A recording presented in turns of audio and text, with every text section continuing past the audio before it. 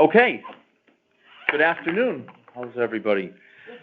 This is a call to order the meeting of the Board of Finance Purchasing Policy Committee. Thank you all for being here. Is there anyone on the phone? I mean, I literally know there's someone on the phone. They're just not talking to me. So we have to record anyway. There is a copy of the policy if anyone would like. There's a copy of the agenda and a copy of the changes. Would anyone like any of that? Sure.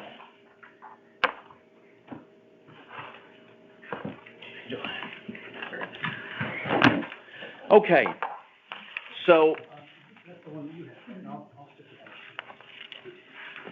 just a couple administrative things before we, our second item, I should say, is to review the current version of the purchasing policy as submitted by our friend Mr. Centofanti here. I just want to say just a couple administrative things.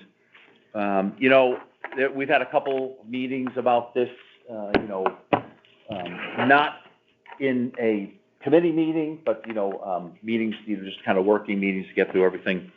And other conversations I've had with people. And, this policy, really is about how, right? This is how we're going to do things, not what we're going to do things, what we're going to do or what gets done under these things. So what do I mean by that? It's my vision that if you're buying a cell phone or a chair or a substitute teacher, you're not buying a teacher, but you know what I mean, the services of a teacher or a special ed teacher, whatever, that we have very specific hows in here in this policy of how to do things. And that's it. So I really don't want to spend too much time on the what's today. The other thing is I really don't expect to get through all of this today. I'm going to limit the meeting to an hour and a half just because I'm after an hour and a half by 5:30. At the latest, I'm sure we'll all be ready to, go at each other's throats here, or we'll walk away as friends. I don't know which, right? It might be that easy. But I wanted to limit it to that. We'll walk away with the actions and then schedule another meeting to go from there. So you should all have a copy of the policy. When you say policy, you're saying the May 2022. I'm saying the May. Thank you very much, Mr. Bremer. We need to really be under revision control at this point. So I'm going to make my first change is I'm going to put a big Rev A on the front of this. And from this point on, we should be on revision control. Oh, and before we start, I'd like to give my co-committee member, Ms. Charlton, an opportunity to say anything she'd like to the committee. You got nothing? I have nothing to say. She's got nothing. No, I'm just thanking. We're out of here. No, thanks everybody for being here. We have a large group. I know we're all anxious to push forward and get this thing done, so glad everybody could make it today. And I'm sorry, Lori Charlton. Lori, hi. Steve Tracy. I'm the interim superintendent of schools. I suspected, but whenever they don't need me anymore. All right, well. Yeah, I guess we should go around. That's probably a good idea. Why don't we go around the room? So, Lori Charlton, Board of Finance. Joe Centofanti, PKF for Connor Davies. Tom Bremer, Chief Administrative Officer. Prue O'Brien, Purchasing. Corinne Dyer, Purchasing. Carol Foley, Purchasing. Jared Schmidt, CFO. Angela Bouchers, Executive Director of Operations. Glenn Lawyer, CFO for Fairfield Public Schools. And I just want to thank you all for having us here for this meeting. It's good for us to hear this firsthand, so thank you. Absolutely. Thanks for being here. Steve Tracy. I'm, as I said, the interim superintendent for probably 2 or 3 months, but who knows? And I'm a retired school superintendent and a goat farmer. So A goat help you farmer. out with If there's that. any goat questions, Any goat you're my go-to guy. I got it. Cheese, you're my go-to guy. That's good. Chris DeWitt, Board of Finance member and chairman of the Budget Committee. The Purchasing Policy Committee. And I'm Ron Mancusi, the Executive Director of Special Education to the Fairfield Public Schools. Okay, great. We've all seen the policy, all in front of us, all 130 pages, I think. I'll open the floor I mean, I've read the policy, prior versions, I've glanced through this. And, I don't know if we want to just start by, anyone have any specific comments about what we've got or making recommendations? I think that's probably the best way to do that. And Prue, you're here as you're not here as a I'm not here as a minute taker, okay. Thank you. Sorry. Because I was wondering, I'm like, why? Okay. I'm glad you're here, just I want to make sure I knew, because I'm going to keep minutes, so. Okay. So can I, Oh, excuse me. go ahead. no, I just, and I don't know if this is the first thing we want to go through or not, but, I did want to make sure that we could hit these open items, because we've had open items in this policy since, I think we got our first draft last September. Good point. Essentially, and I'm not understanding why we still have some open items. Maybe they're different open items, but to the extent they are not different, why do we still have things open at this point? What can we do to get these shut down? If there's questions that can be resolved today, that would be helpful. If not, I think we need a plan and a commitment and a date to get these open items resolved. So I would hopefully everyone agrees with that. No, that's a good recommendation, and my understanding is everything highlighted in yellow, which of course we don't have color copies, but it's gray, are open items. Is that correct? Yeah, I don't know. yeah, I'm pretty sure the yellow is, Okay, yeah. if it says that. To be determined by the town, right? Right, Okay. so I wasn't filling those in because there was a lot of discussion, so I left those to, Okay. I was just trying to identify the ones Okay. that need. Does it make sense to walk through them? Because I know at least after one or two previous meetings, the mandate was for you and Gerald to sit down and you were waiting on responses to these open items, so if they're still open, maybe we can discuss what they are and figure out why they're still open. Does that make sense? Yeah, some of them I think was, I thought the committee was gonna, what you were comfortable with. Okay. So, Okay. like a threshold, I wasn't putting in. Yeah, let's step through those. I think that's a good idea, yeah. Yeah, I thought we did discuss thresholds. You know, we had a little powwow about thresholds in January. And, so if there's something else, I think that would be one thing I would hope to accomplish today. I think that's a good point. Mr. Chairman, I just want to confess that I haven't read this. Right. I'm on my fourth day here, so please forgive me. But I'm hoping, and I know you guys want to get this over with, I hope you can afford me a little time Yes. to digest it, get whatever advice I can get from my colleagues, and give you once and for all, whatever the school board's feedback might be. I want to Right. move it along as well, but I'm sure you'll appreciate that this is going to take me Yeah, a little no, reading time. Yeah. Thank you. and I wouldn't expect the full-time superintendent to really be reading this specific policy. Would be nice to be familiar with it, but but Courtney, Courtney has to read it, obviously, that's, so. And she's dived into it, and I need a chance to catch up with her and get you, whatever feedback we might have. So, Okay. thank you. Well, I think, if I may, I think it's gonna be, it may be slow going, but I've gone through this document. I would suggest that perhaps the way to do this, to address all the open issues as well, is we just go page by page, and if there's an open issue on that page, it's $100 or $5,000, whatever the number is. We decide now what's the right number and move on from there. Yep, I agree. Okay. Close those issues. I'll pull up my color copy though, but Joe, do you have in terms of being able to quickly find these yellow highlighted items, what do you suggest? Yeah, I think the first one's on page 2, actually. Page 2 is the first one. Yeah. Okay, two, okay. Yeah, that one's gray, but, There's a couple pages too. so mine is color. Okay, I can, all right, so Page you, two. page 2. I just got one thing. Well, yeah. Yeah, on page 2, there's a comment or a question about, at the bottom of the page, no officer, employee, or member of any elective body basically should take a bribe or accept a gift of more than $100. And the question is, should it be more than $100? Couldn't care less. Yeah. Either way. $100 good enough for me, it's good enough for you. Yeah, I don't think it should be more than $100. Okay. That's fine. I'm good with that. Done. I mean, I came from a corporate environment where I think it was like $50 or so. So I think that's very reasonable, yeah. We couldn't take cats from the United States Yeah. government, so yes, I'm with you. Okay, so done. In the next paragraph, we talk about, $50. Yes. This is financial interest, blah, blah, blah.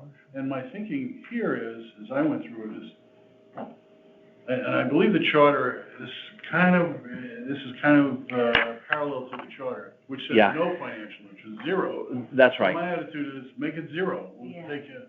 Why do we even put any money in it at all? There should be no financial interest gained. Right. And the way I read this paragraph, it's, if I'm providing a service to the town, and I'm gonna redo the lights in this room, I say it's $500, and then something happens and we need another piece of plastic, and I said it's $25. He says, I'll throw it in. That's what this is referring to. It's a fixed service it's a service or what's the word here? Aggregating more than 50 in a contract or a proposed contract. So No officer or employee gets it. Right. So I look at it like, okay, so I can't have any interest in it. So whether you do something for $1,000 or $500,000, none of that comes to me. I'm not getting anything for it. Oh, let me take you out to dinner 15 times. No. Yeah. No, you're not taking me out to dinner. So you believe the number 50 is used here twice should be zero? Yeah. Shall have or acquire any financial interest, so delete aggregating more than $50. Correct. And that's twice in the paragraph. And we have. Yes. And at the very. And end, at the they very charter, bottom. No amount. You're right. Take that out. So it's. Just a note of Got it. point of reference. Is there any reason to think that might be, to have it be zero, might be, I think, is there any, Well, I mean, anything could be overridden if it's disclosed, it's whatever. So if somebody owns a company, is a little bidder or whatever, somebody works in public works, and it happens in a lot of We my have to, clients. you can disclose it. You'd have to disclose it. Yeah. But they're gonna get more than $50 interest, profit, unless they're giving you everything at cost. So but those but transactions. this doesn't give an out if, for disclosure of the item. It just says it can't happen, right? No officer, Yep. employee, or member Right. shall have or acquire any financial interest, period. I guess what is financial interest? Doesn't mean they can't sell something to the town, publicly bid, I guess. So I don't know if it's in a project or, I would take that to mean that they can't do business with the town. Because you're not going to do business Yeah. with the town without gaining some sort of financial interest. right. Yeah, So it says, from any financial interest gained from a successful bid, direct or indirect. So that means an employee of the town can't do business with the town.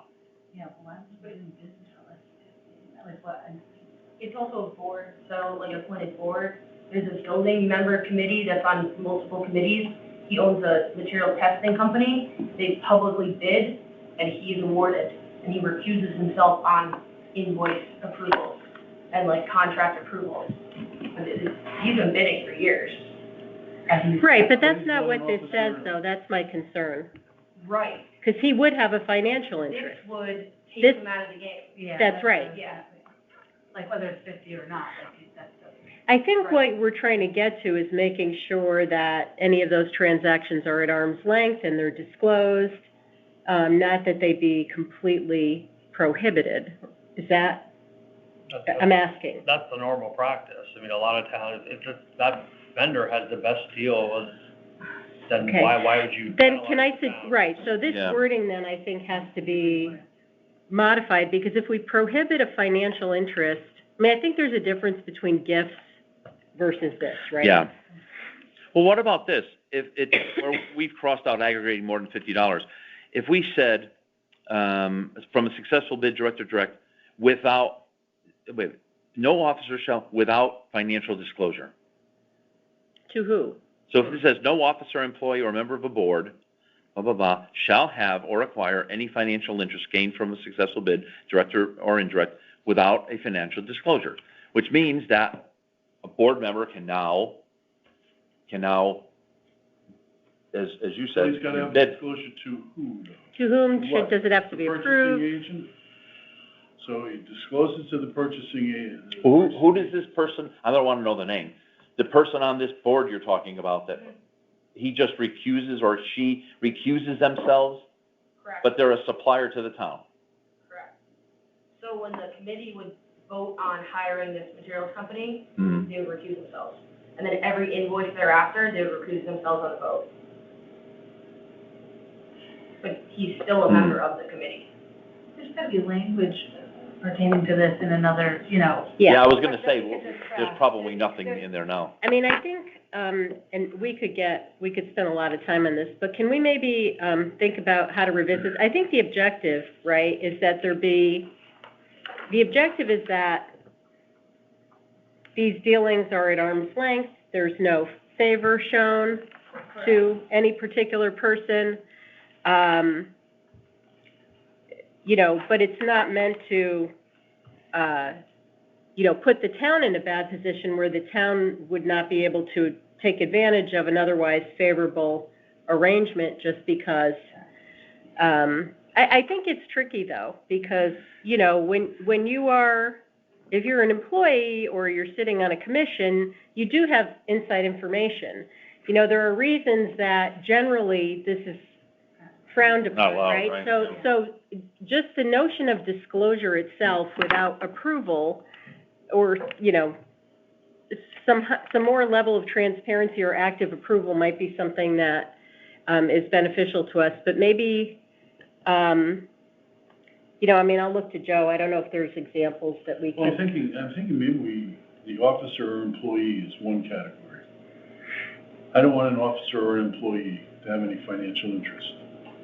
I don't think they should. An employee, sorry. So you're saying you think boards should be Now, different? commission member is a little different? Yeah.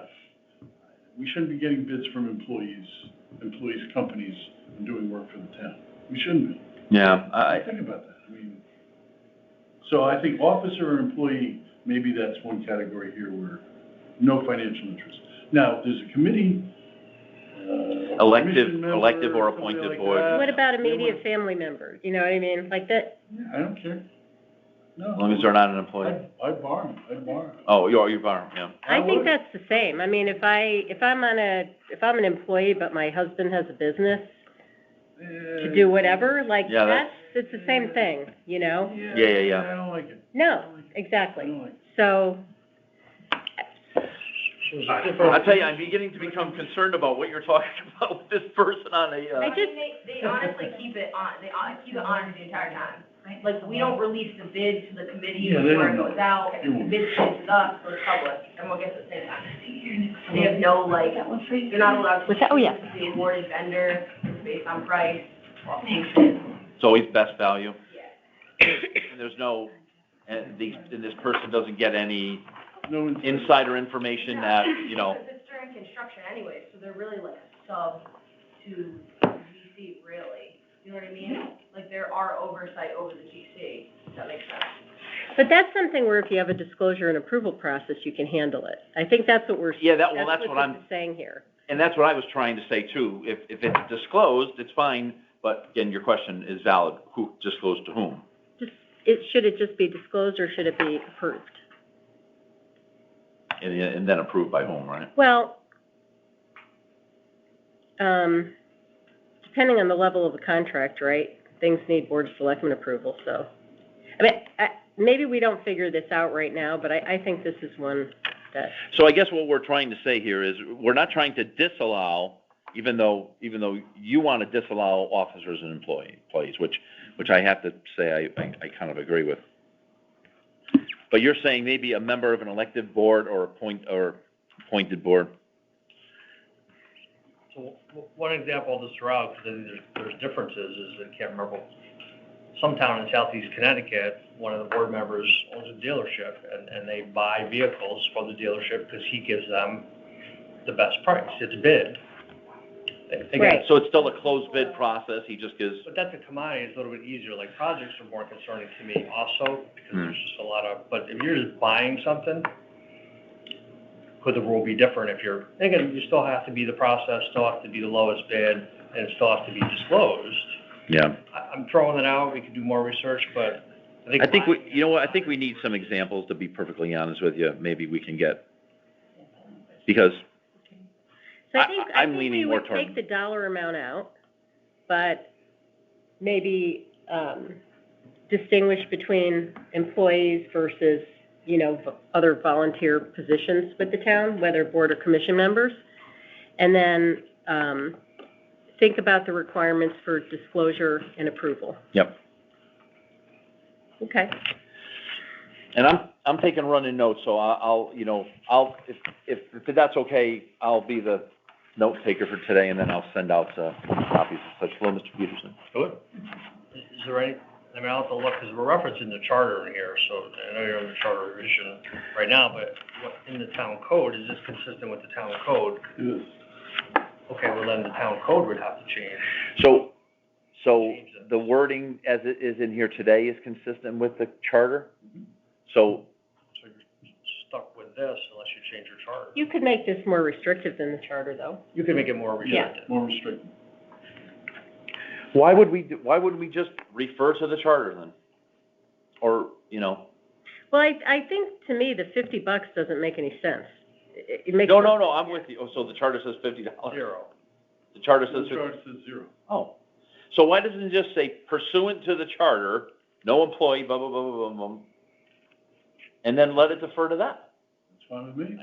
Is that gonna kill this guy? Why? I'm not worried about this one person, you know what I mean? I appreciate the example, but, Yeah, I mean, I don't know if the charter says something like that. So it's not, no, because listen, if this is something that's if what we're proposing is important and it's inconsistent with the charter, then maybe that should be a comment that's provided there as well, to make it consistent. No. If it's inconsistent with the charter's gonna control.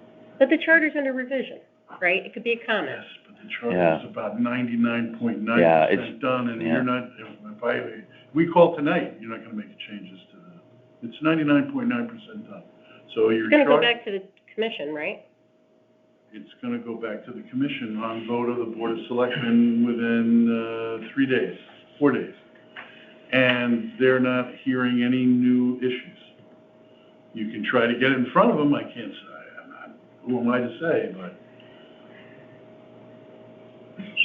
So, I guess I'm confused then.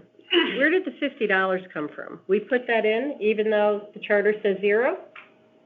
And the charter doesn't have any provisions around disclosure? And we have instances where we're knowingly sort of violating the charter because it makes sense to do that right now? Like, that can't be right. I can't answer any of those questions. Tom, you're in charge of this stuff. I'm in charge of this. You are, right? You're overseeing the purchasing stuff. I mean, if we have a situation which seems to make sense, right? That we're doing something that's not within the letter of the, Well, if we're doing something that's outside the charter, you're absolutely right. right. It shouldn't So then be maybe the charter doesn't make sense, is what I'm saying. Do we really want to shut down that type of activity? Or should the charter reflect what makes sense? done. I don't think we want to be in violation of it. We can't be in violation. we can't be in violation of the charter. Generically, or maybe that's not the right word, I would rather have this document, where applicable, reference the charter where there's common themes, and not because putting things in two different documents is gonna turn into a disaster. I would agree, but it sounds to me like we have situations where we're not following the charter because the charter language is overly restrictive and doesn't make sense, and we're saying nobody can have any financial interest, and yet we have people sitting on boards or commissions doing business with the town. So, That, I need to look into that. we need examples, but maybe that has to end. If it's in violation of the charter, that has to end. Yeah. Absolutely. It sounds like it is. I'm Sounds not, like it is. right. I don't know. well, I have a different opinion. I think, if we're doing something that does make sense and benefits the town, and it's a technical violation, we should see if our charter doesn't make any sense in that regard. That's, If there were 100 instances we were talking about right now, I'd agree with you. Sounds like there's one. I don't know. I don't know either, so, all right, let's move on from this, because we could literally spend the next hour on this one, but. Where's our next? I think it's page 7. Oh, no, sorry. Page 6, is that right, Joe? Well, on page 4, I have a Oh. comment, form to document review and understanding. So normally when you issue something like this, you want everyone to sign off that they read it and understand it. So I didn't design the form, so my comment is, obviously it's not hard, I can, but it's just like anything else, any HR policy, you make people sign that they read it and understand Yes. it, so. And I look at this like, why are we doing this? And all town employees have the ability, so you want somebody to sign something, and where are we gonna put that form? We're gonna put it in a book somewhere, and why are we doing that? Because if they are in violation, we can say, but you signed this. My attitude is, why are we going through all this? I agree If somebody's with in Joe. violation, they're in violation. The fact that they signed or didn't sign, Well, we have a code of ethics, right? Doesn't everybody sign the code of ethics? no, I doubt it. What, really? Everybody, have all employees of the town and the Board of Ed read the code of ethics and have signed off on it? I would guarantee you no. United Technologies, everyone That's every the year had problem. to sign the code of ethics.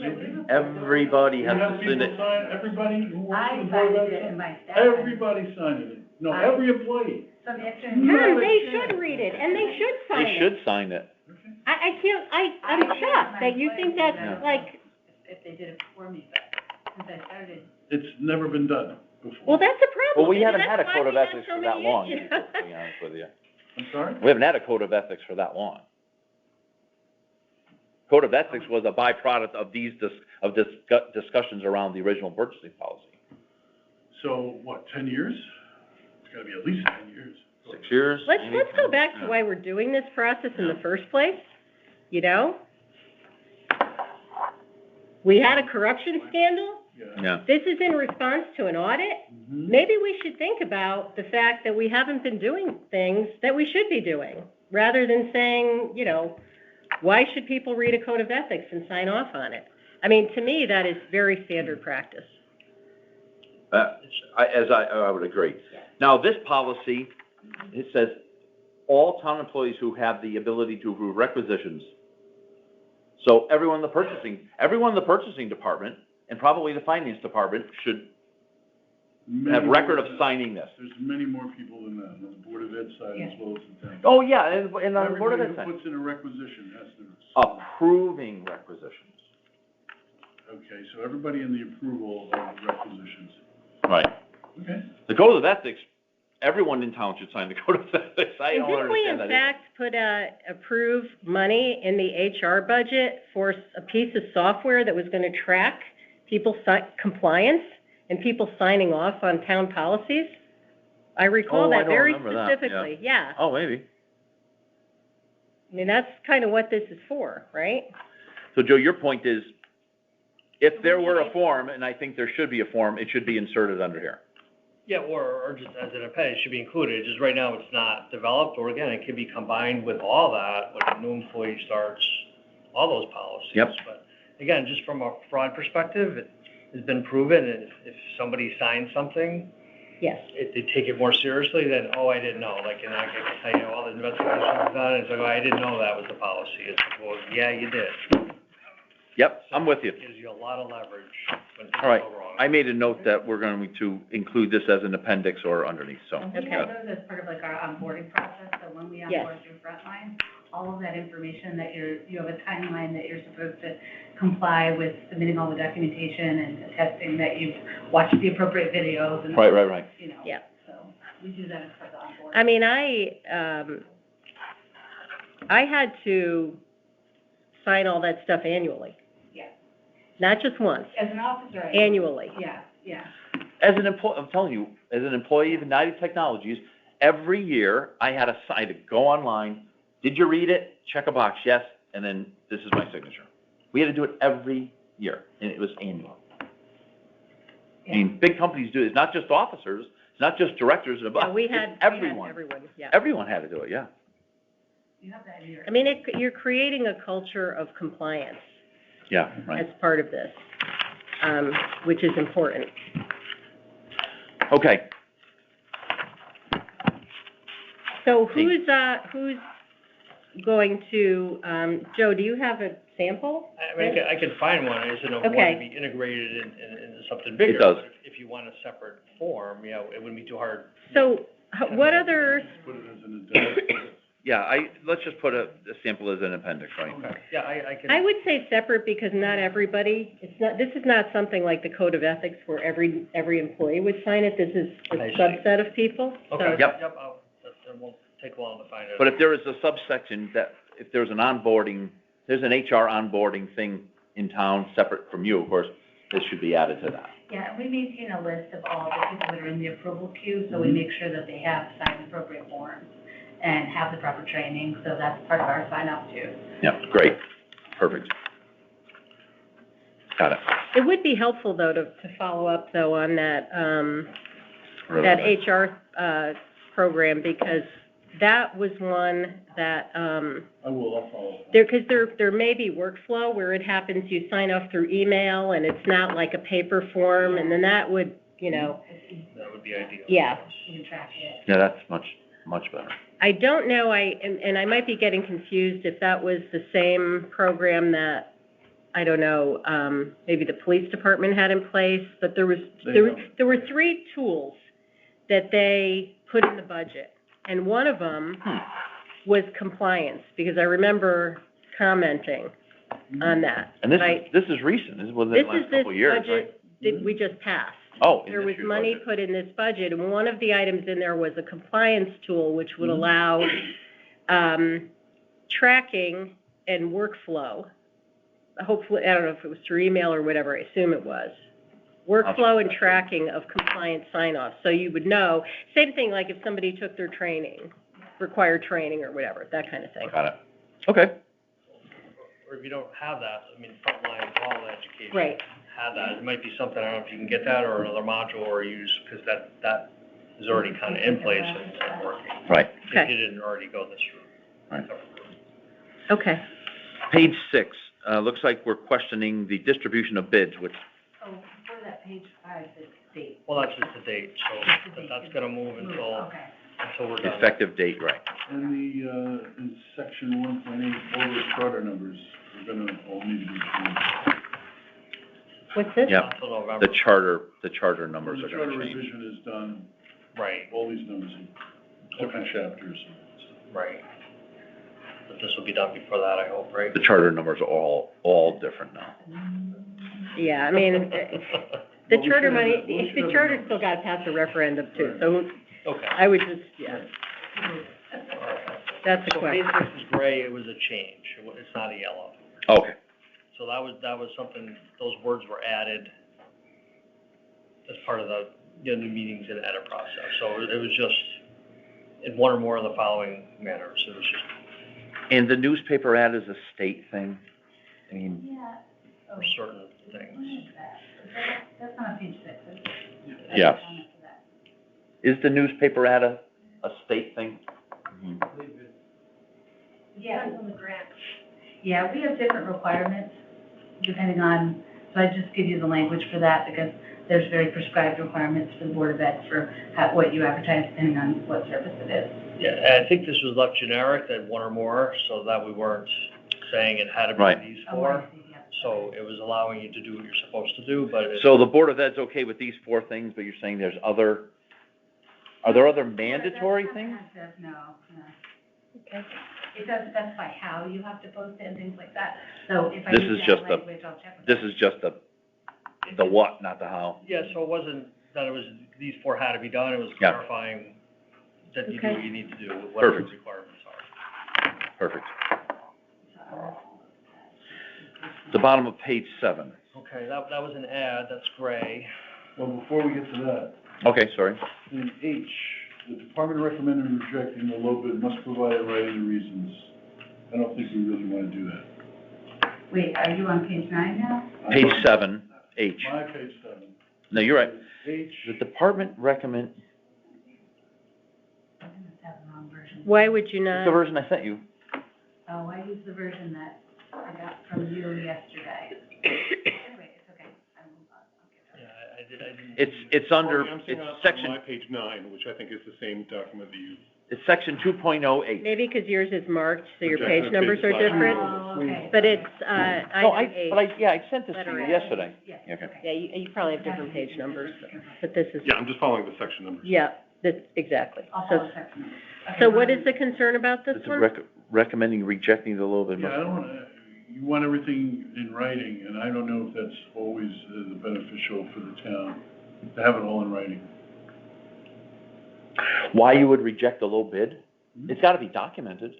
Yeah, or just how would I know from my testing? So something has to be documented. Yeah, I would say, So, I'm gonna reject the low bid because it's Tom Bremer. I don't like Tom Bremer, so I'm just gonna not accept it.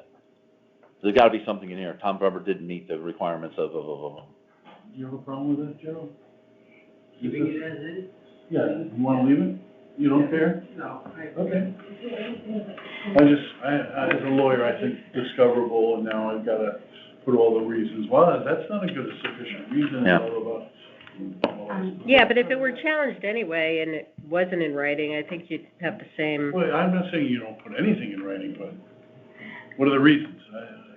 Well, Because the purchasing system is based around, primarily around the lowest bid, right? Or a sole source, Well, or, I'm not so sure, that's another thing.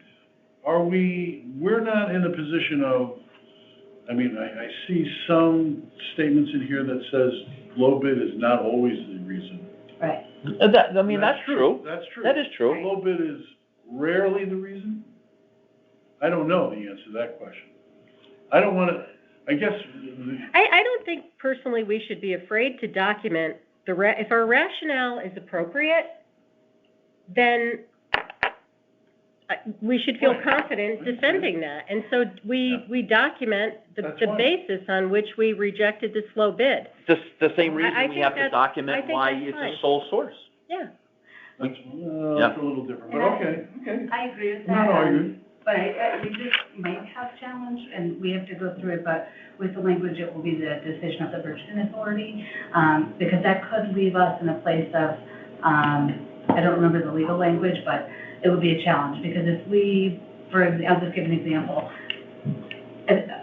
thought that something was in the best educational interest of a kid, and it was the superintendent's decision, the board's decision, and the CFO's decision, and the purchasing director decided to reject it for a reason that wasn't in conjunction with our decision about that, this could leave us in a challenge from a state legal perspective. So, for example, I know that special ed is listed later in the document being exempt from bid requirements, but it's not defining which special ed services. So, for example, this language would allow for, not that it would happen, but the purchasing director could say, no, that, settlement isn't the right dollar amount, or that school isn't the right school for that individual student, and they could reject, but we are required by law to have that determined in the IEP and to issue that placement. So having it be the decision of the purchasing authority to reject a bid, we might have a question about. I think Well, the issue you're raising is the purchasing authority shouldn't be rejecting that bid, not that we shouldn't be documenting what, yeah. Correct, exactly, right. we should document it. It's actually, you're supporting why we should have more rationale Absolutely. for a low bid, right? Absolutely. Because Yeah. as the department recommend, so We would your- always as want to your document department, it and defend you, it. I hate to use examples, but a special ed teacher and the lowest bid, you're like, that person isn't really the right one Right, here. we would, You write up why you think that's the right thing. correct, And your point is, you don't want the purchasing department to have to be able to overrule you on that. correct. But that raises a whole bunch of issues. Let's get to the 800-pound gorilla. Yeah. You want exemptions, we don't want to grant those exemptions. Well, we can move Yeah. beyond that. I'll just reserve that for when Mr. Tracy gives staff a better look at it, and we're able to Yeah. talk to people that have more know-how about how this could entangle us than I do. I just wanted to parking lot that as a potential issue. And we don't want to hold anything up, because the tenor of this is wonderful. I love the transparency, we love that things are being defined. It's just there are a few areas where it's referencing the purchase agent authority could be in conflict with what we're required to do Right. by state law. And we'll. And that can't happen. And that Right. can happen. So, but I'll parking lot all of those, I'll just note that we'll be consistent, we'll be clear, we'll be quick with our response. And I have no problem with the documentation portion of this, because you should be I believe you should be documenting why you rejected it. So I'll just leave it at that, if that's okay? Well, I mean, yeah, because could there even be, I mean, obviously, we can't do anything here, or we can't write a policy that could lead to a conflict with state law, Right. right? So, And maybe we say that, we specifically say yeah, that. it will be the decision of the purchasing authority as to whether or not the rejection will be granted as allowable under applicable laws. Consistent with state It's law. consistent with Yeah. state Okay. laws, yeah. Yep. I think that's, yeah. Yeah, I like that wording, as consistent with applicable laws With and state regulations. and federal laws? Just Yeah. applicable laws and regulations, because it could be anything, right? Correct. Oh, so with Could be right. applicable? As consistent with applicable laws and regulations. Sure.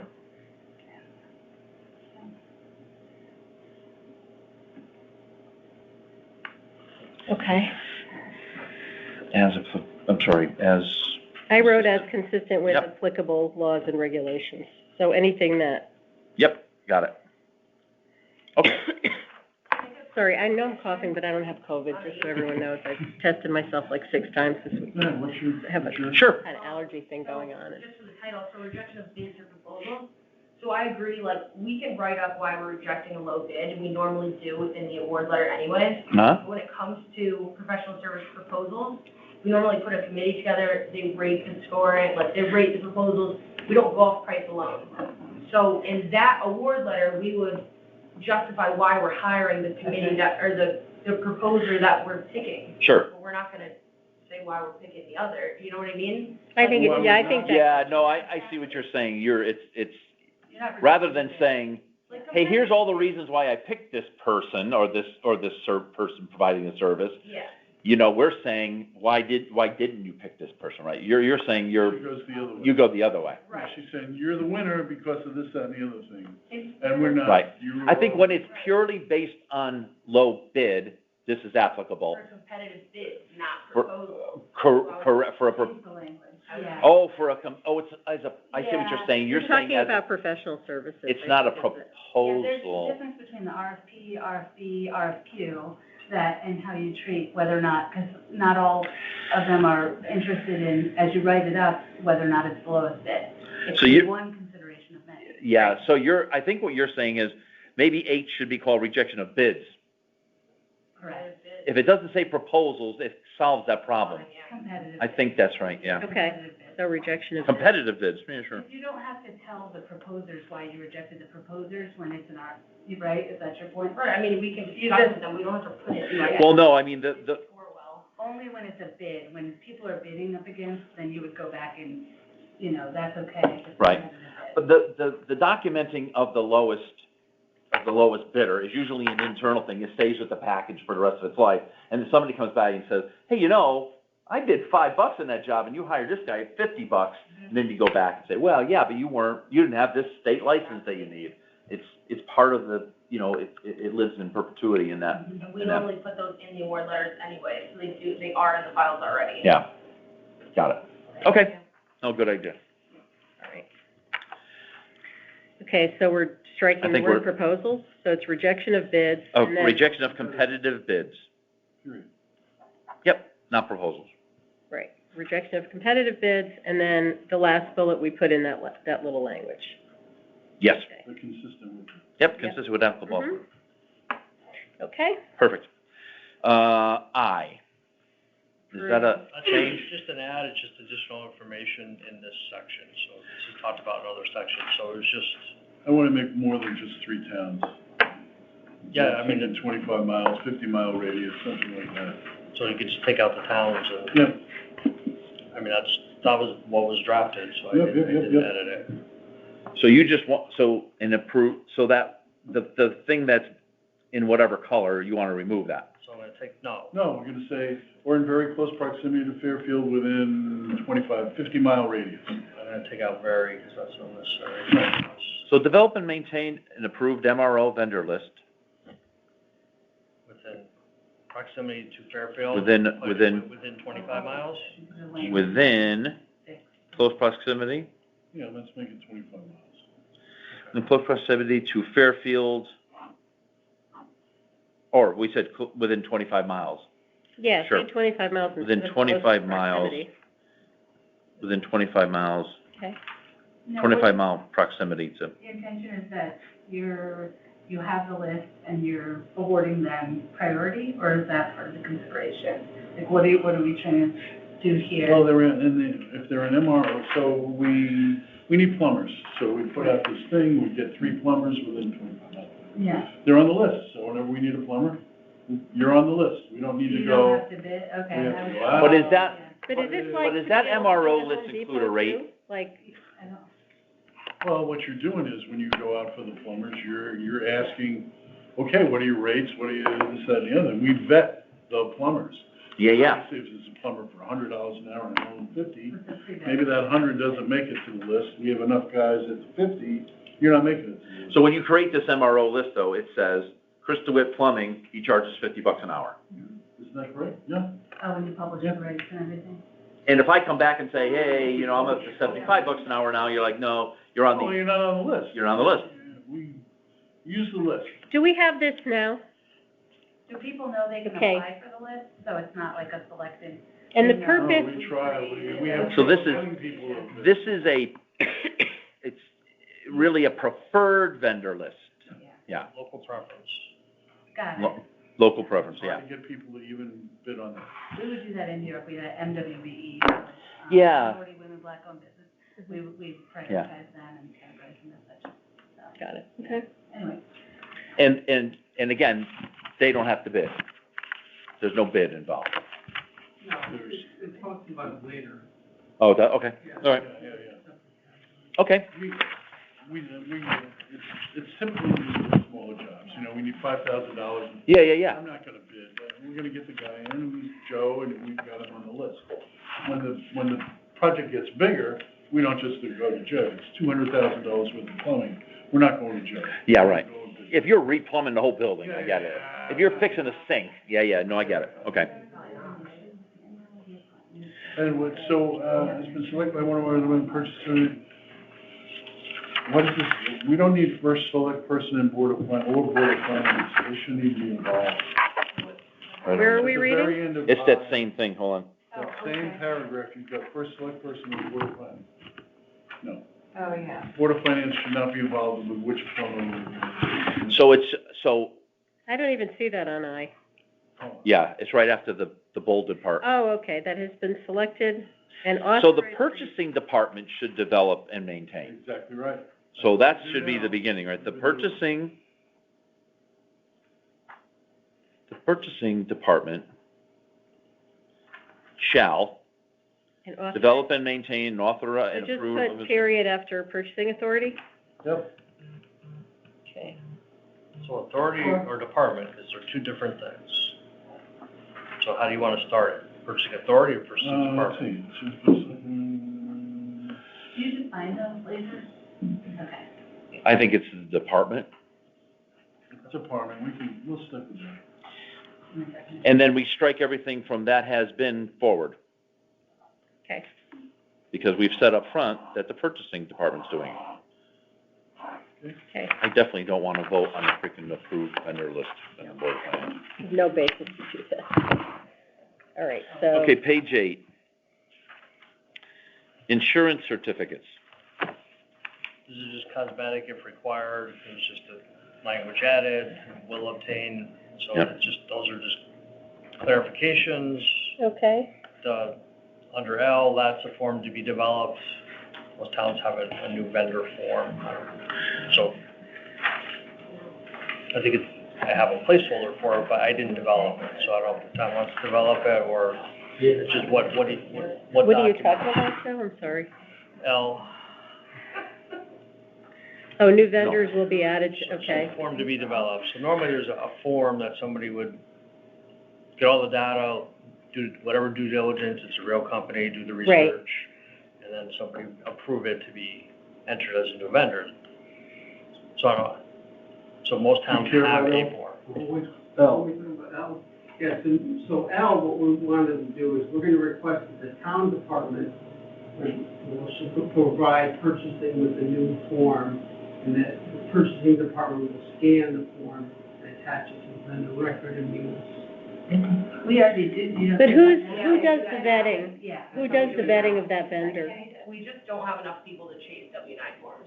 We make the departments give them to us. We do it for Board of Ed, so Yeah. we do it for everybody, and we also. So the department's doing it? Well, if you call it the department, but we're not. No, not you guys, I'm just saying, Oh. like, if DPW wants to, Yeah, if they wanna add a vendor, they send us the W-9. They just reach out to the admin at the company and they send it over. It's a standard form. Mm-hmm. And most companies have them, you know, pre-done. Yeah, yeah. So this exhibit I to be developed, that's obviously not in here, so that has to be created. Right, whoever fills it out, if it's a department or either way, you need the form, but, and then, again, same with whoever requests a W-9, it has to be part of the process, if they can come together, and then, but there needs to be a due diligence part done by purchasing. There needs Yeah, to be that's part of what I the was- form that they fill out, that they did whatever research, You the have to valid verify company. it's there first before you proceed, right? Yeah, we won't add a vendor Yeah, to we it. don't add with, I'm just saying it needs to be on the same form that is documented that somebody did that before it's entered into Munis, that's all. But that has to be done someone independent of the department for the control to be in place. So they can fill out the form, but the due diligence should be done by purchasing. We do that. As in adding them to Munis and uploading the W-9 to the vendor account. Is that what you mean? Test it You know, out, it's the due there. diligence, is this a real company? You know, doing research online, Oh. do they file with the Secretary of State, do they have a website, is this a real company? how often do we have a new vendor? Often. How This often? is our whole department though, so that is not done. I'm gonna be honest with you, that's not done. We don't check new vendors if they have That insurance, is if like they have. a real, yeah, we Only always check our insurance. insurance, we always get insurance and bond. And even updated insurance, even for the, yeah. Yeah, but we're only like, for example, we'll verify payment and performance bonds every time. Yeah. But to verify if someone's on like the US Secretary or the Connecticut Right, state. so I'll just go to West Haven, all the fraud that happened there. yeah, The person's name that committed the fraud was the employee, was filed with the Secretary of State that he owned the company. Okay. So, again, Yeah. it's a necessary, somebody has to be doing it. There's gotta be some vetting. this is, I mean, if you look at fraud and, I mean, to have the department who's hiring the vendor do all the due diligence and you guys just enter, like, without somebody independently checking that could be their mother's company, their father's company, their own company. I think We- we're speaking different, yeah. Yeah, we No. do, we check. Okay. We check the bonds, we check that stuff, should we all check the certificates of insurance? Yeah, That's We the- do all of that. It's different. the only thing that we're saying the department themselves is literally ask for that W-9 form. And upload it. When they wanna, And email it we to have us. to add, Yeah, we we have to upload add it as a to them. vendor. Yep, and that's, I'm just saying this form would document the due diligence. If they have insurance, not if I buy stone, are you getting an insurance certificate? What, I'm sorry? If I buy 2 tons of stone, are you getting an insurance Yeah. certificate? We get insurance certificates from anybody who So, does business with us. 100%. Someone has to, so that's some sort of verification, but I would just, Yeah, they check, and my staff does too. They catch 1 out of every, 1,000 that we miss, but we check also. We also have additional requirements for background checks and fingerprinting and everything that we have to also do before any contractor comes in. That's not part of this, but it should be added in the case of Board of Ed, because that's really important for us that we do those checks before. But the West Haven thing though, that's like, you know, kind of the what can go wrong. Uh-huh. right. That's what could go you're wrong, talking yeah. about. That's what you're talking about. And what is the practice in the audit world? So in the past, you would find that in an audit, like you would do a really, you know, good sample audit, and you'd be able to find if the controls were in place. So this control is the response to that in the world of, you know, carving. Adding a vendor is that's why I'm wondering how many new vendors we add all the time and why we have a volume of new vendors like that. Yeah, Like ours that. are mostly consultants, like it's Right. mostly consulting No, contracts we've and things never- like that, But like those we, are the we highest have rates. inter- Those But are that's very, the, yeah. yeah, right. business with, right? Adding, Yeah. adding a new vendor should not be easy. It- It's, in big companies, it's not easy. Yeah. It's really, Yeah, it's really onerous, so. I mean, right. Well, the fact that we're gonna have to, there's gonna be a form, and we're gonna have to develop that form, and the form is gonna have some amount of information on it. So, So it We'll sounds develop like that the form. The form has to, you know, set forth who needs to do what, right? I think there's two parts to the form, you know, department, the vendor information, and then the due diligence that was Right. That's done. it, yeah. So it could be one form, just two parts. Right, but yeah, so the form sort of, it's not just that someone signs off, it's that before I sign off, I've done these things that the form is saying, right? Right. And so I'm just curious, like what would we be checking for? If they're vendors that we've used already, like what would we be checking for? Well, that's not a new vendor, though. This is new. You're talking new vendor. no, Okay, she's so saying it's the gonna be vendors that, From now on, from going New forward. So vendor. say if a vendor that we've already used comes and starts a new job, then we don't need to do that. A completely different job. Right, I think you've already vetted But that. you're talking about adding a vendor. So this is somebody that So we've just never adding done a business vendor. with. Never done right, never business. done business with, right. It's the Joe Blow company, and so the question then is there really a Joe Blow company? Right. That's really, Right. Right, is there really such a company that doesn't exist? correct.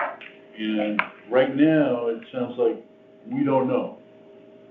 We just check for insurance, and we just check, if they have the insurance document and the bond or whatever, And then we're done. Is that a fair statement? W-9, if they submit the W-9. They Yeah, submit you a need a W-9. tax ID number. You can Google their tax ID, you Google it, we do a sample of them, like for new ones. Before we do this, put out the bids, we send them, we Google companies and we send them out to. Yeah, I mean, to be honest, this W-9 form has really only come up in the past couple of years. We weren't even getting those before. Oh. I We're know. getting W-9s? We, in the past, like years ago, I'm gonna say probably like, I don't know, 4 years ago? Oh, geez. This is a new process. Yeah, And that was another like 99-ish. task for us to update Yeah. them. Yeah, well, that's part of the issue, right? Yeah, Yeah, but, I mean, transparency, it was being honest. So this is like, it was a step in the right direction, but that was never brought up, to be honest with you, yeah, That's a problem. so. yeah.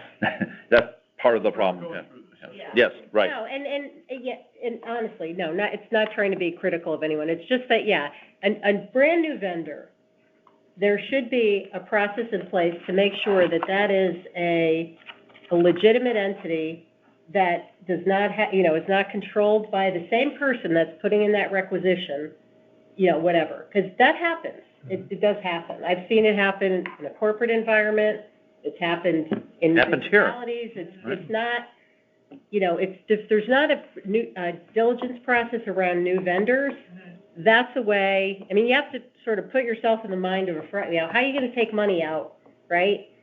You can put in a seemingly legitimate, thing to get paid. the control mechanism is having the centralized validation. Right. The form will be the attestation that it's been validated. Correct. And if you look at the form and you see that it's gonna cause you some kind of workload challenge that you're not, then you can talk to Joe, but I'm not sure that it would.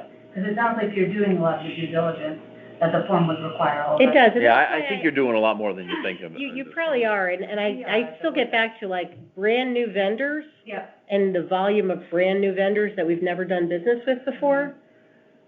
And there's a control for us, like entering in a new vendor, right? There's a control we have in place for entering a new vendor. It can't be done by anybody, it can only be done Exactly, yeah.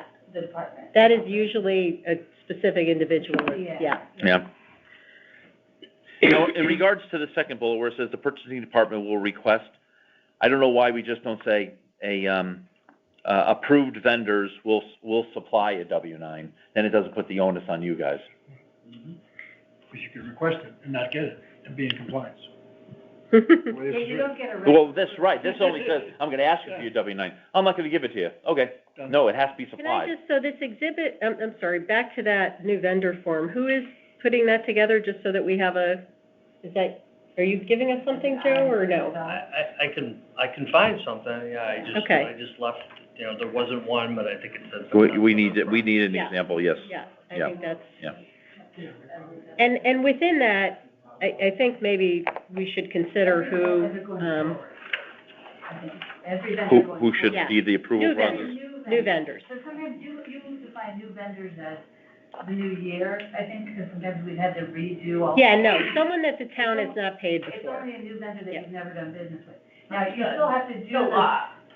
the certification. What's the volume, you would say, like 100, 200? A year? Yeah, That you've never done business with. that we've never done business. You probably get I don't know, I don't wanna Well, that's misspeak. different, I think there's different levels. I mean, somebody can go out and buy balloons at a shop, and they have to add them as a vendor Yeah. to maybe pay an invoice for that. Well, maybe we should Small use a amount, credit but card for then that, like or big, something. where we're I adding, mean, but they don't have, Yeah. not everybody has.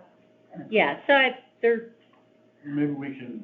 We can build parameters around it if we need. But to. did you guys say a number and I missed it? How many new vendors a year? Yeah, sometimes. A couple a day? Yeah, but they're thinking vendors like, we Employees, like bought individuals, something like- for $10. Yeah, you do have to set them up And as it's a vendor. $10, we need to add them to pay the bill. Anybody who gets a check has. why to are we be writing a checks vendor. for $10, I guess is No. the question. No, but it's We true. Honestly, do. like, so when you do Yeah. like voters, like when it's like voting time and you have all the poll workers, Yeah. you have to add vendors, so all those, you Those can't. are all vendors. Yeah, you can't. Oh, Those are all vendors. Because it's a taxable salary, So like, so am I there supposed are to be items. researching their social security to make sure that that's their real name? No, I think that's different. Section, I think yeah. you're talking about people that were. $10,000 or more, Yeah, or, we're procuring goods and services from companies, and you wanna make sure that, some guy in some department is not giving you a consulting invoice from a fake company, Yeah. that the Right. money is just you're gonna write a check that's gonna go into his bank account. That's the issue that, I totally That's understand what Right. you're saying, the only thing that, like, I would dispute with that is that if I add a vendor, like, Tom can't go write a check to someone. It has to go through a workflow process of department heads to budget directors, to Jared, to Gerald, in order for that check to be cut. So it's not like we're just, like, adding vendors and then they're getting money, like, tomorrow, if that makes sense. Well, just the fact that they have a W-9, and they have a tax ID number. Yeah. What you're saying is that we want to do a check for some level, bigger vendors. yeah, I mean, I fill out a W-9 and a tax ID number, I can put anything down, Like, if nobody's validating it, then what is that? In hand before they're paid, is my point. So it sounds like, there has to be some thought around that, because it shouldn't be onerous, it shouldn't be like, your example of poll workers was a good one. That's not the risk, Yeah. right? The risk Yeah. is that you have, You're gonna go hire a company to take away your toxic waste Right. in a landfill, for example. Where would I come up with something like that? But I mean, something like that has to have a due diligence, quite a due diligence process, It's a right? brand new vendor. As a brand new vendor. But that wouldn't have been caught in this case, would it though? Was that a fake? Well, the bonds were bad, so if they checked the bonds, that would have been, the bonds weren't checked, no. That was another process that we've. You've implemented, yeah, Exactly. yeah. And then also, like, in that instance, they would have to come up with a manifest to Public Works in order for us to release funds for the hazardous waste. There's, like, multiple check barriers, you know what I mean? So, I don't really, like, get, like, the onus on, like, the vendor input. Like, I understand, but I think that we have, like, a lot of fail-safes in place to protect us from that. But I get it. Yeah, the difference is this. We're talking about fail-safes before they're a vendor, and you're talking about fail-safes after they're a vendor. So it's like,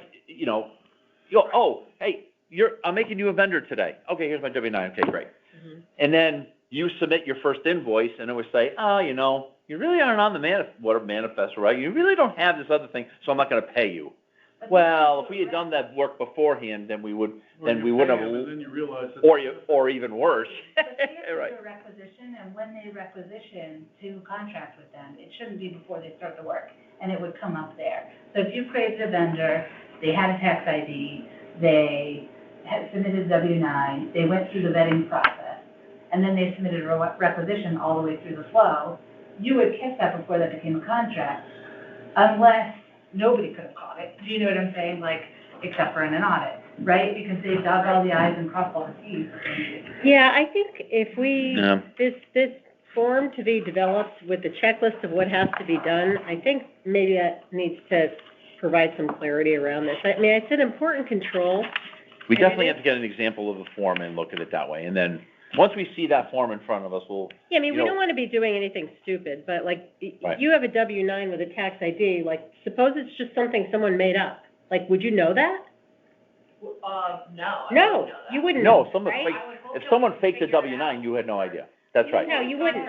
No, but nor you should be, nor should you, right? Well, unless you do the diligence on it, that's what I'm saying. So that's the whole point of that, of what he's talking about.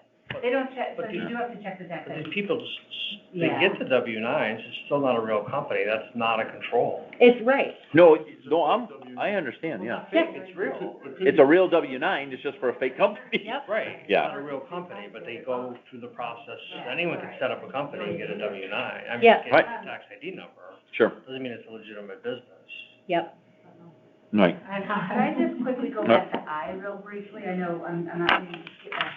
Just when we get our, meeting together and have our, I just want to say, can we say, and in consultation with Board of Ed? Because, for example, the professional services, RFP that was issued for, psych evaluations, we would want to have, some process when it goes through Board of Ed in the town would issue that, because we would need to look at that legally if it was, for example. In regard for an MRO list?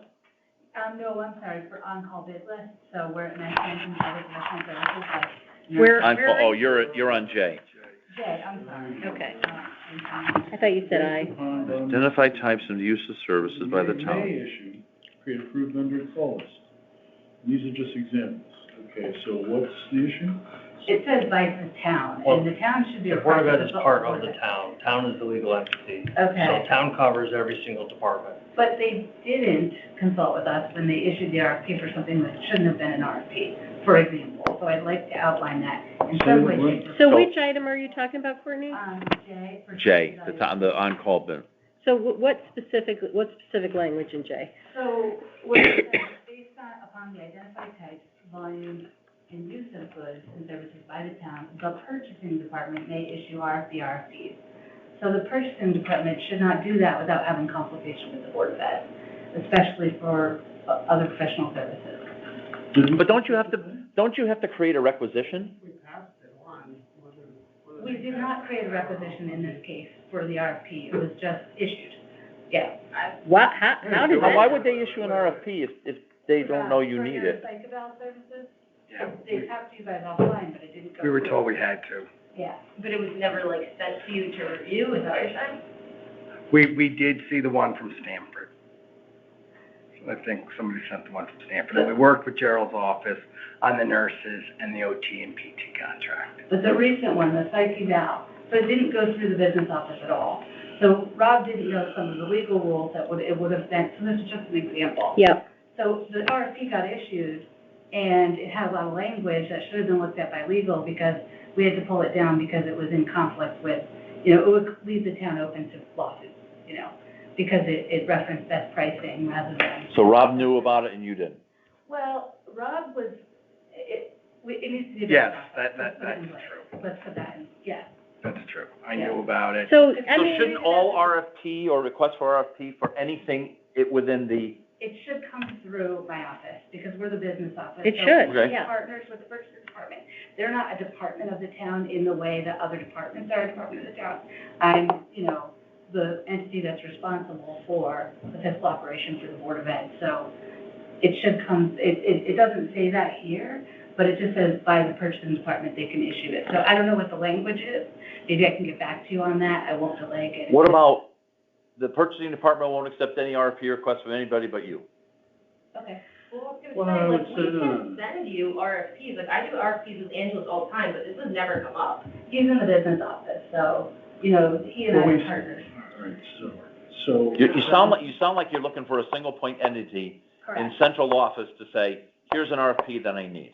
All right, so. If you wanna take that on, then why not? I mean, I think what you're saying, we shouldn't have You shouldn't treat- RFPs issued by the purchasing department in a vacuum related to Board of Ed's particularly specialized services that you haven't seen. Yes. I mean, that's very reasonable. So, Correct. But that's Yeah. that's a process issue. Yeah, that's exactly right. It's nothing to do with policy. So, But this says the purchasing department may issue. So there's nothing preventing the purchasing department from issuing any RFP they want to do related to any service, and that leaves us in a place of challenge. Well, why would they do that? Do that. But we would never do that. but it happens. They don't have enough people to do the job they gotta do today. Yeah, I mean, Rather than Sounds figuring out, like it oh, I wonder what RFP I'm gonna generate today. But it says she's raising it because it's happened, right? So it sounds like there's a. But that's a process, but that's a Nothing to do with. central office process thing. Right. The fact that Rob, I'm using Rob as an example, called and said, hey, can you issue an RFP for nurses? It's That's a just process thing. We're fundamentally being treated like these are individual departments, you know, under the town, when we're a separate entity that's under a purchasing policy, that we would have to coordinate much like, so Rob's not a department, like we could be considered one entity through which we should codify what the proper channels are for communication. But that's all Fine. on your side. All Correct. RFPs Has come nothing through to do you. with anything Yeah. else. That's Yeah. the process, Yeah. a Board of Ed process issue. You can go back and write, Town you process. can go back and write a process today that says, inside of the Board of Ed, there's only one person that's gonna ever call purchasing to issue an RFP, and that's the CFO. Before an RFP is issued by the town relating to the Board of Ed, it has to be approved by your office. You pick Yeah. the office, whatever office you want. Absolutely. That needs, somebody needs. Write a sentence and share it. Or it should come from us, so, you know, but, yeah. Okay, No, I agree. I mean, And I have no problem. yep, perfect. Oh, Lord. Okay. 15 minutes, we're on page 9. Wait a minute, you just jumped. I'm on page 8. I don't know about you. Oh, I thought we were done with page 8. So I'm on M, sale of surplus. Oh, okay, sorry. I would take, to me, it's basically, we have surplus property, the purchasing department has the right to sell it and get rid of it, any way it sees fit. That's what it says in the second paragraph. So I don't need a third paragraph, I don't need methods of disposition, I don't need surplus may be offered for sale by the, why are we beating this to death with public auctions? If the purchasing authority has the right to sell, which I really want, we're done. Let it, because as I tell Gerald all the time, if we're gonna sell, let's just put it on the web, let's sell it, get rid of it.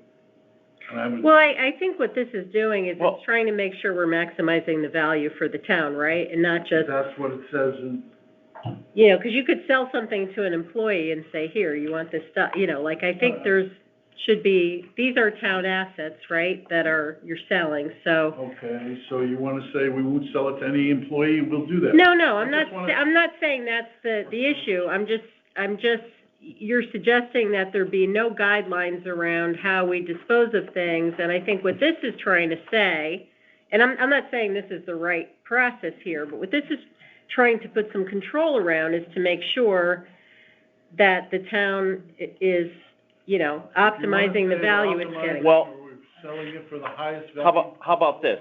I'm agreeing with all that. How about this? That second bullet, in its sole discretion, now there's a comma. Go to the third bullet, last 6 words, while returning the maximum value to the town. Done, So we add that to the second bullet. done. I'm with you.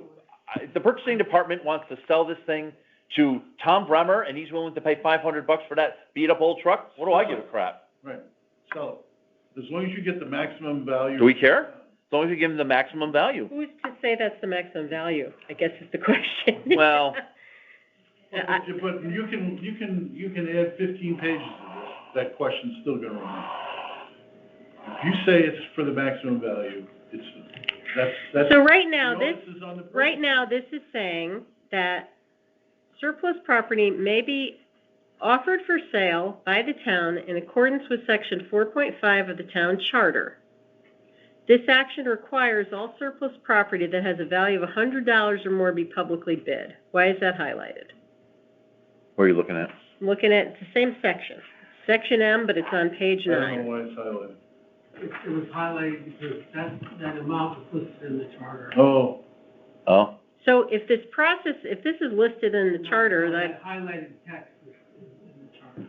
Okay, so the charter actually specifies, The value, $100. right, Does the charter say we have to put a public bid? No, but just the highlighted text was the charter. According to the section. But this highlighted. Well, this says it has to be publicly bid. Publicly bid, is that true? I believe, I think it does say that, yeah. public- That all I didn't surplus bring the property- charter with me to check, but I'm pretty sure it does say publicly. I mean, are we doing this now? Yeah. So why are we trying to delete the policy? Is this like an issue, or are we just trying to shorten the pages, or what? Trying to figure out the objection. And the objection is, why do we have all this verbiage when we have the right to sell? We just want to sell and get rid of. Well, the charter seems to say that we can't just sell, we have to bid it if it's value of more than $100, right? Put that on, what is it called, Disney?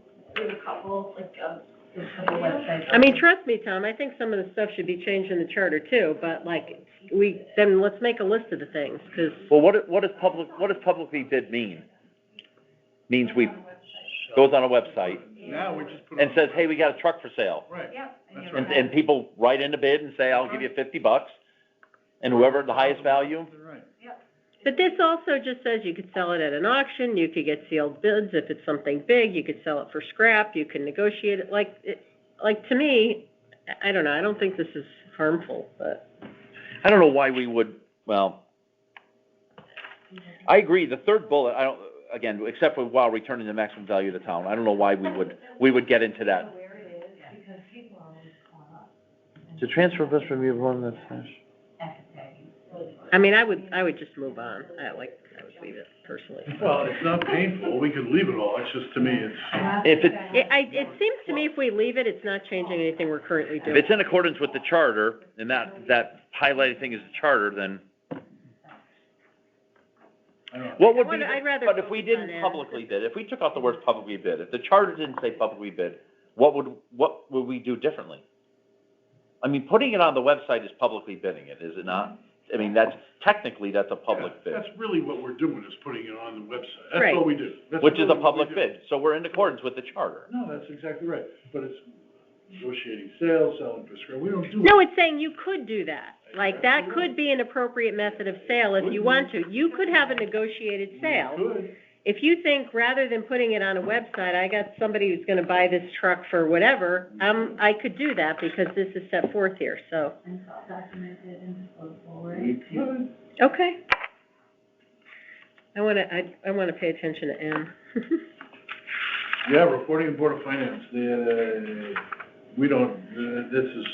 Yeah, this is- well- This is nutty. Hold on, Go ahead. I have one last comment on M, and, because N's gonna be the last thing we talk about, clearly. Why would we have E under M? No value item, because it says right up top, it has already been determined that it has at least a value of $100. So why would we have the thing that says no value item? Got me. I don't know why we would need I that. mean, again, I don't think it hurts More anything. than 100, but it's spoiled, I don't know, is that why you put that there? Then Who it's knows? no Is that value? spoilage, you know? No value, basically, We're not talking this about is things saying that that are the, worth $12. Who cares? That right, means you could throw stuff Yeah. away. You Okay, wanna take it out, leave it in? all right, Who cares? okay, reporting to the Board of Finance. yep. All right, Virginia so Palmer's. let's think about what I know everybody likes reports, I understand that. And I don't mean to overstate it how it's nutty, but it's nutty, and I'll tell you why I think it's nutty. Listing of all bid waivers by type, amount, and vendor. Okay, we're gonna do that quarterly, so you're gonna get a list, Board of Finance, of 200 or 300. What is the point of this list? 200 or 300 bid waivers? Yeah, what is the point of this list? Wait a minute, bid waivers, you mean sole source? No, I'm talking about, it says here, bid waivers by type, amount, and vendor. You're gonna get a couple hundred. What is the point of this list? If we're getting a couple hundred bid waivers a quarter, then we've got a problem with our bidding threshold. Well, that's That's a problem. That's exactly where I was just going. So why would we waive a bid? I know why we would waive it. Emergency, sole source, then then why do we have a policy? If we have a couple of hundred bid Now you're waivers really a getting to quarter. the meat of this. No, I'm sorry. saying there's something wrong with the policy, Tom, like, it's, whether it's the thresholds or whatever. You're basically not following the policy if you're waiving it unilaterally hundreds of times every quarter. So what is the root cause of that? Are the thresholds too low? Are people, waiving it inappropriately? I have no idea. But that's an issue. Yeah. So I would say, Yeah. you know, we talked a lot about thresholds and Yeah. whether we should increase the thresholds. Mhm. And that may be a root cause of this. But, you know, that to me, what is the point of that list? That would be really instructive. Because if I was seeing a quarterly list of 200 things, I'd say, what the hell are we doing? We have a real problem, either in our policy or in our compliance or the execution or something. Yeah. That's indicative of a problem. I would say for us, this is the main crux of one of our challenges we had, which we came up with a workaround temporarily while the policy was being built. So for the Board of Ed, the sole source form didn't work for us, because things that we're asking for were not a sole source, right? They're like, now I see that you've defined single source as opposed to sole source, and shouldn't necessitate, I would argue, the first select woman sign off on every one of them. So the sole source form, we developed a temporary interim form called the bid waiver form, because for us, all of the outplacements, all of the tuition settlements, some portion of the special ed services should be exempt from bidding. So we justify why, and we have them write up a justification. That's number one. Mm-hmm. And we can get into that, but number two, professional services. So for us, in the education world, if you ask any of our colleagues, when there's an education consultant, it's not subject to a bid process. It's subject to a review of the appropriateness of the cost, but it's not treated the same as other commodities that you're purchasing. That's the second example.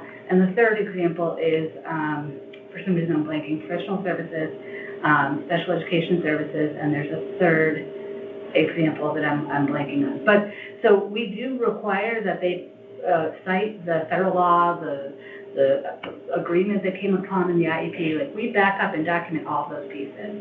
It's onerous for us to have to do that for everyone. We don't mind doing that, but absent that bid waiver, we would not have those things approved. They'd just sit, which is what they were doing, because they're over $1 threshold. So that's an example. If you take a grouping of things, you might still want reporting on it. My board might still want to know how many settlements did you do, what's the value, and what's the character and nature of them. Same thing with the tuitions, right? Which are called the outplacements. Those are determined in an IEP, which is why Rob was here the whole time, because that's the bulk of our big contracts that I would think that our board wants to know about, that you would want to know, but this policy doesn't quite, I see that it's in the exemption place, like, it's in the bid exemption when we get to that. But you don't necessarily, that's where the policy doesn't quite fit Board of Ed. So we can come up with language around that but outside of that, the bid waivers that we would ask for would be few, because it would be your typical purchases that we would go through a process, right? So Well, you're saying you would need bid waivers if we made everything exempt? if we made the things that are. No kidding. No. It's a self-fulfilling prophecy. No, but I think like a settlement, like a tuition settlement, like, Well, wait a minute. like, is that an example of what, because like, So I guess maybe because it is 5:30, but we would argue that, yes, a tuition settlement shouldn't be subject to bid, you know. no, and it shouldn't need a bid waiver either, like, that and a makes no settlement sense. agreement. So, for example, and if it were, we could be in violation of but we can get to that in another time, because that's a side issue. You're trying to solve bigger issues, like for totality for the town. Those are side issues, but it's the pieces of the policy that we have to address, because it will cause us to be in lack of compliance with the state law. So. Yeah. But, so bid waivers for us come upon, for professional services and consulting, for tuition settlements, and where else do we ask for bid waivers? Yeah, I think, for the most part, we follow the process with the exception of those things, so we created this form so I could attest to it. But that's gotta be like 75% of your budget. Yeah, we have 65 contracts that are over $100,000.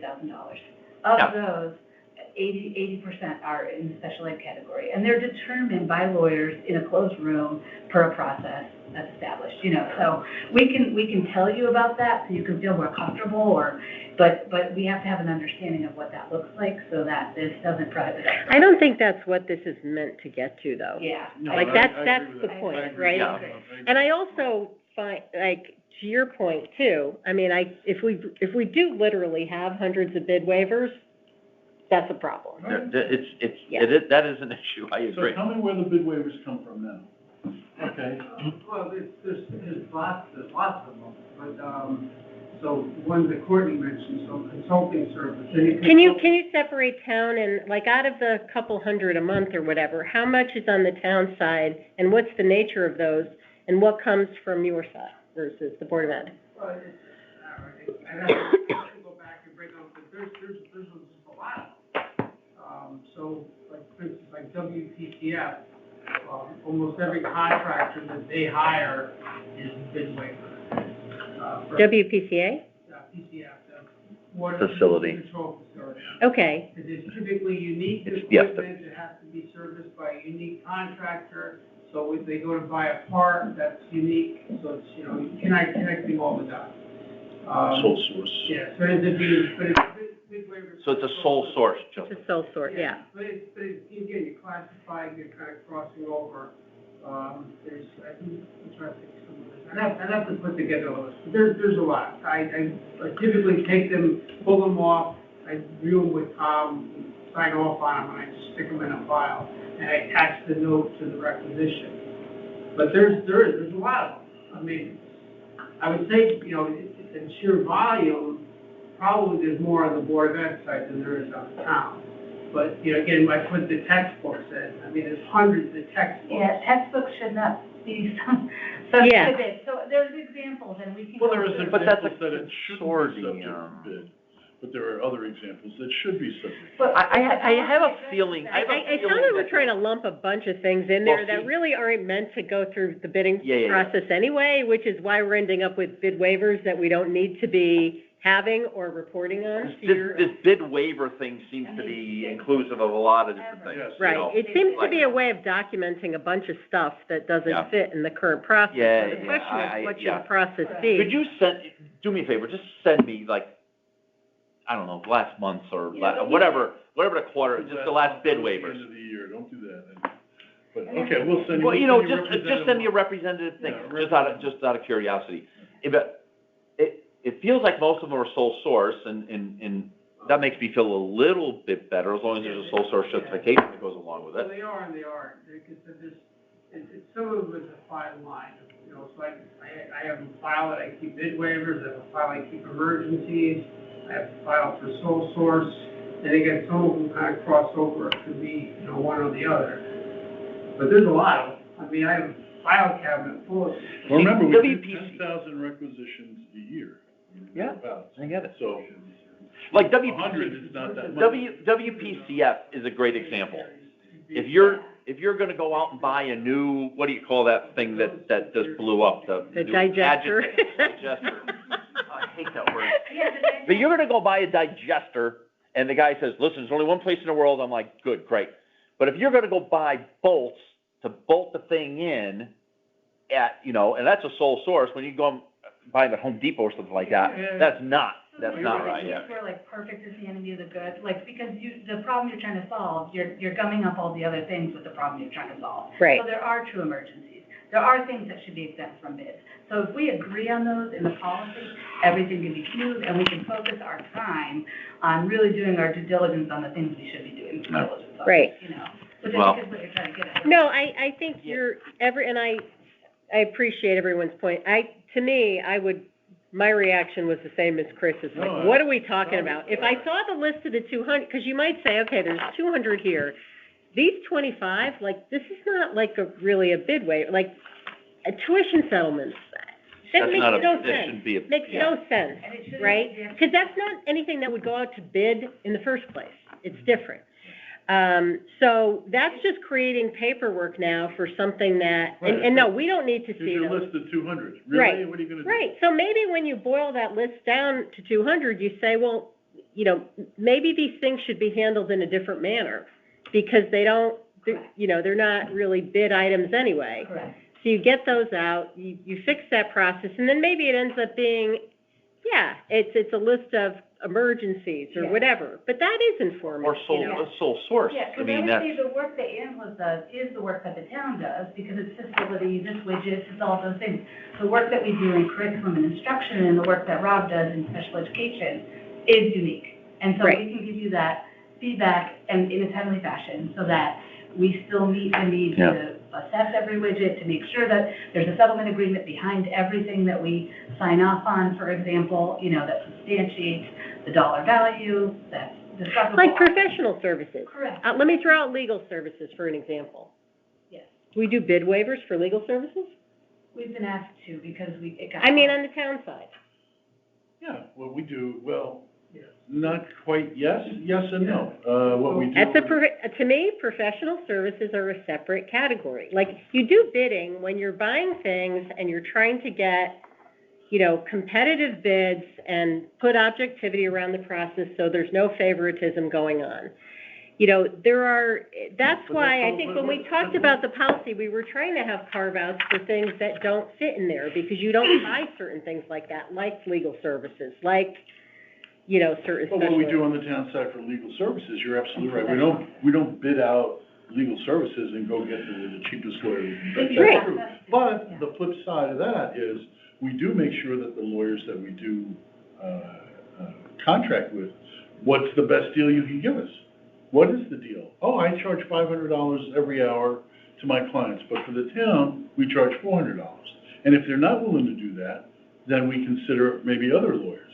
So it's kind of a hybrid. I can't say that, no, we pay full rate. We don't pay full rate. I'm not suggesting we do. I'm just No, saying, I'm not saying there are things, right, that don't fit into. You're absolutely right. Yeah. You're- And those no one types argues. of carve-outs, whether it's professional service, you know, there are different processes around those things. And I think that's what you, at least in that one list, tried to get to that. It's not to avoid oversight or a second look or scrutiny or any of that stuff. All of that is important.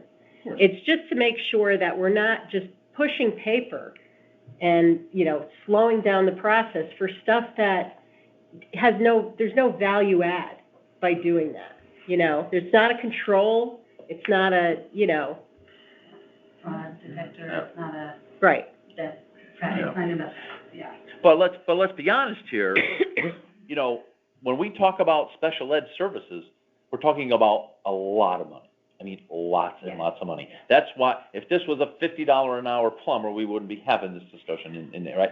So that's why I said in December, just like we spent half an hour talking about an MRO vendor list, it would really make sense to me to have a preferred special ed list. I mean, I know it's not that easy, you know, but something just not along the same lines of, Chris is the plumber, he's in Trumbull, he pays $50 an hour. It's easier to find lawyers, though, and pick among for than it is probably to find. Well, I know, I get this, but that's the thing. You guys keep telling me, Chris, there's not 500 of these people in the country to do this. Okay, write them all down on a list. And then you don't have to bid waiver them. Well, so we can pause that part, but I want to be careful because, so, right, yeah. Just say it. Just because with education, I agree with you on widgets and everything, and all of those other pieces, but if you, for example, like by law, we are not allowed for cost to be a consideration. Like, that's in the legal statute, right? It's true. I mean, so, yeah, but if we put out in a public document anywhere, like that explicitly stated, that would leave us open to huge lawsuits. That would be a big cost to the town. So I just think like that, like we can talk through that all with you. You know, there are things that we can do that will still partner with the town, that will still comply, because we have controls in place. We want to show you that we're coming, you know, into the town so that we're on the same page. And we need to carve out those exemptions. And cost shouldn't be the purchasing policy consideration. That's the Board of Ed's decision and determination. So we have to be very careful about that. Getting the best price for a good or service is for a widget, for everything else, but for for special ed services, that's Rob Moncusi's charge. Yeah, but, What about- okay, and let me tell you the flip side of that. Which I hear all that, but I guess what I'm misunderstanding, or not understanding, is when I hear the argument on that side, which I understand, I can't quite get my head around it, and here's why. So, I'll give you a perfect example. One of the things we looked at is, why aren't they RFPing these? Why aren't they RFPing? Oh, this is special. I get it. So, what do? We insisted, over objection, to put out an RFP on PT, occupational therapy, and a third service, whatever. And lo and behold, we did that. And lo and behold, we saved the Board of Ed a boatload of money over years, because we did an RFP. And lo and behold, the people that the town has been using for over 20 years was much more expensive than another service that was being provided, that would provide. And so that was, to me, a very successful thing. I'm just gonna channel my inner Christine Vitale, because she was the person who raised that, and that's because it is an okay thing to RFP out in the special ed world, and others are doing it. Okay, Like evals are not. So we have that experience in-house, and we do know, and if you want to partner with us to make suggestions, we're more than happy to tell you where we can and can't do those things. But to have it to be, so. But, okay, let's follow up with what you just said. That's great, and I appreciate that, and we'll be happy to talk to you about that. And we'll be happy to come up with 10 suggestions, and maybe 9 of them you'll say, no, we can't do it for state law. Okay, that's fine. Well, but I think the policy then becomes important, right? Like, this is not something that you want to continually negotiate, right? That's right. Right. Well, no, Yeah. that's why we're going through this now. Yeah. Right, yeah. You're Okay. absolutely right. No, you're, Okay. absolutely, I don't want to keep doing this. So there's, I don't want things to fit, yeah. I mean, it sounds like there's a subset of things that you're saying, you know, we can't, Are unique. are unique, or we can't put them out to bid because of state law or price, or, you know, whatever the reason is. And those need to be clearly defined and vetted. And everybody understands why this is the thing, right? Yeah. And it's not like there's no control, there's budgetary control at the Board of Ed and whatever, so There's that's, documentation, there's a legal process. right, okay. But there's other things that, including services, professional services that, Correct. you know. Okay, so, I mean, to me, and this is, I think, where we tried to get to a year ago, Yeah. was to try to lay out some of those things so that, you know, it was clear, you know, what had to go through a bid process and what didn't. You know, in any type of professional services, I think it's always tricky, you know, because they're unique in nature. Some do and some don't. You could talk about legal services, audit We'll go through services. it, yeah. Yeah. If You know. you write up a justification, we'll go through it, because Dr. Tracy is more familiar with this, because he's been doing this for many years. So we'll I go think if you had the, like, can and can't list or whatever, and it's like, yeah, here's why we can, here's why we can't, and call it an exemption, call it whatever you want. Well, I know we hate the word I- exemption. I don't like the E word in policy, Yeah. to be perfectly honest with you. I mean, Mhm. should always be some way to rationalize. Right. Some justification. I think the exemption implies that there's no justification or rationale required versus a sole source. There's a justification attached to why we're doing this, even though we're not going out to bid, right? So. Yeah, or sole service too is the language you have in here, which meets the criteria of someone that's not the only one to provide, but the best one to provide with a justifiable reason, which is what we do. Yeah. Yeah, but we can get there, like, I don't wanna take away from this is an amazing document, it's wonderful, the substance is really great, I'm glad we have the definitions, you know, between RFP, RFB, and all the processes outlined. It's just been on the margins, some things that we would need to, give you feedback on to be able to, hopefully convince you of our need for a treatment that's different for a few of our categories. Yeah. Okay, And we so don't- provide that to us, provide your feedback to us. And Joe, And- so we can figure out where, I guess the question is, where do Well, we? that's something, well, We're up to page 9, so we're gonna have to have another meeting, yes, and we've got a long ways to go.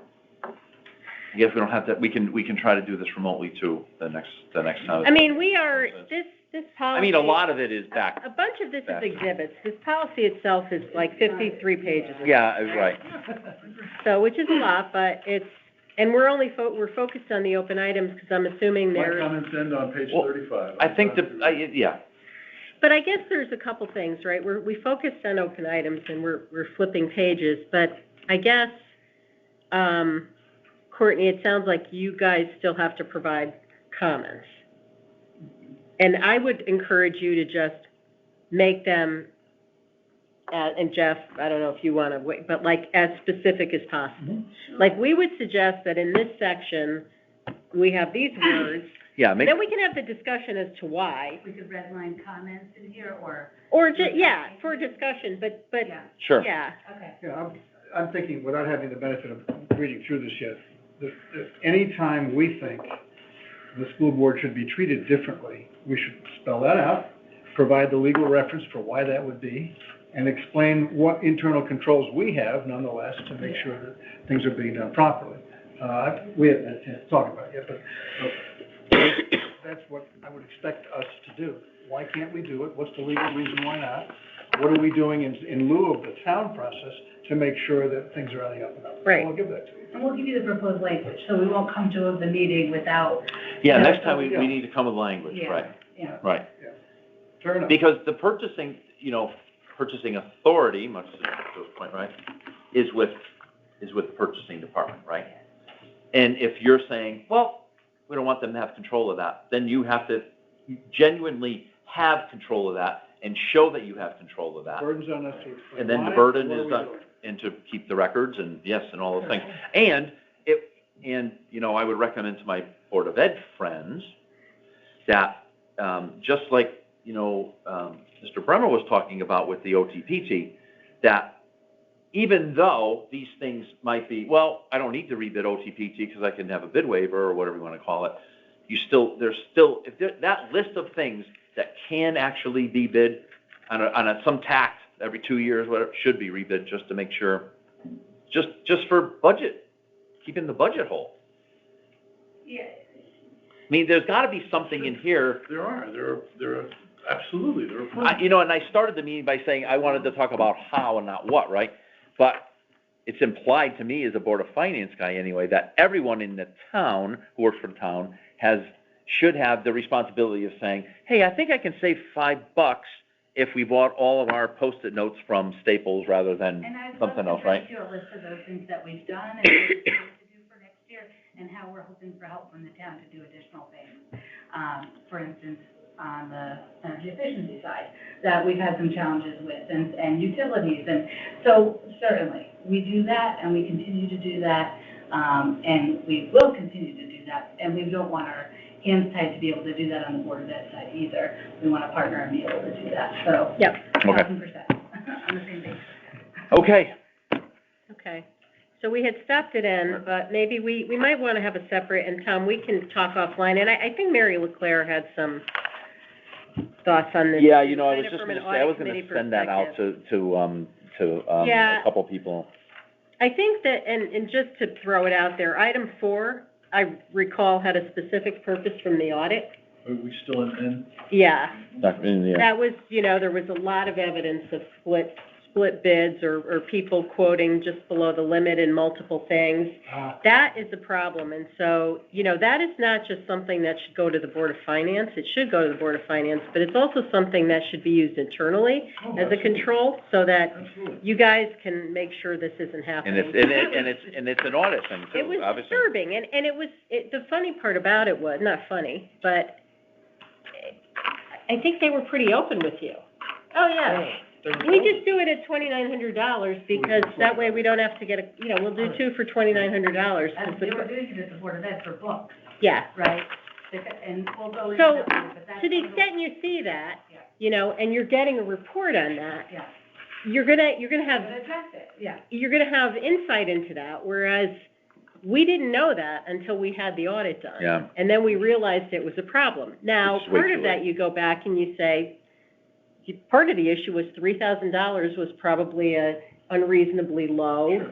threshold. Yeah. So you can fix that, but once you Yeah. agree on what the right threshold is, people should not be intentionally circumventing it. And that's what that reporting does. So like, Yeah. that's why some of these things I think are important. And to me, the listing of bid waivers, all I got out of that conversation was there's operational issues and we're like wasting time and pushing paper. We're trying to make a square peg fit into a round hole on some of these things, and we could probably achieve some operational efficiencies by All I looking got at out of the bid something. waiver discussion is that there's too many things called bid waivers. Yes, exactly. There's, Yeah. you take sole source out of that, and you take the other two topics, and you're down to two things that are legitimate bid waivers, so we can just. And those should get scrutiny. And they should, right. I like the report. I know our board was very vocal about getting some of this data. That's why I'm gonna reach out to the board, just to make sure. Just because it was overlooked before, and that's not a good reason to do it. But that last one is absolutely. Yeah, I know Mary had I remember she brought it up in audit committee. She had, a recollection of some of the stuff that we used to get in the past, which I think would have been helpful for, management as well. So. Yeah. Okay. I'm gonna adjourn the meeting. 5:50, 20 minutes late. Thank you all. Thank you very much. Oh, shoot, and I've gotta do this.